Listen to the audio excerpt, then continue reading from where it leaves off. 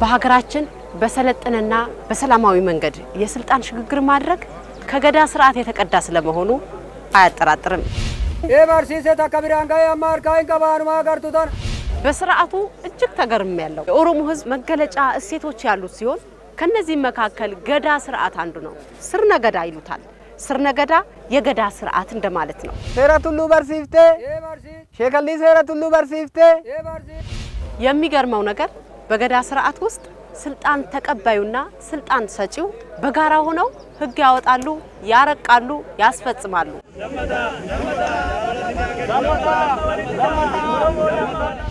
ለህዝባቸውና ለሀገራቸው የሚበጅም አዋጅ ያወጣሉ።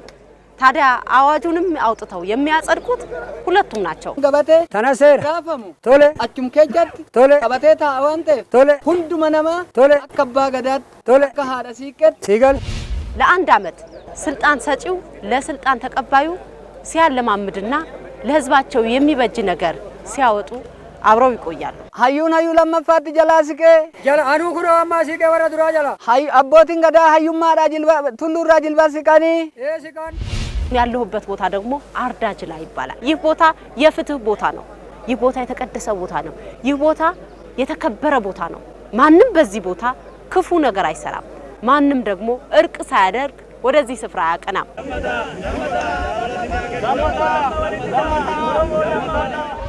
በጠመንጃ አፈሙዝ ቀውስ ውስጥ የገቡ ሀገራት ትላንትናቸውንና ያለፉበትን ትውፊት ማየት ግድ ይላቸዋል። ገዳ ለዓለም ሀገራት የዲሞክራሲ ስርዓት ማሳያ ነው። አከሩባ መደላላ ሙለቱ ዳራ ሁደቱ ደርዲያው ቀቱ አገሩጋ